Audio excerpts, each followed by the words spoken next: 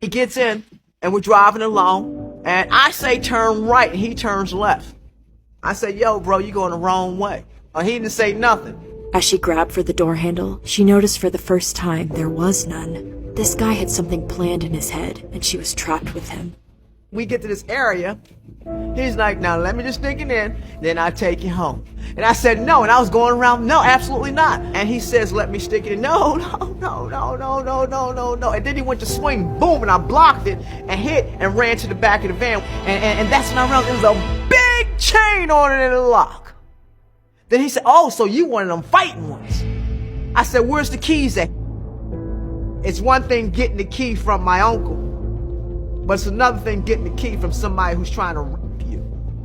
Then he came at me. He tried to tackle me, and I grabbed the end of his shirt tail, swung him back, pulled him down over his pants. I stepped on his chest, and I grabbed his and I said, where the keys at, motherfucker? Now, mind you, I had his jewels up. I didn't even know they could stretch that high. He was yelling. He said, they're in my pocket. I said, which one? I grabbed him. I pulled him all the way to the door. I unlocked the door, and I wouldn't let him go. He was saying, let me out. He's, let me go. No, I'm not going to let go of this shit. I'm not letting go.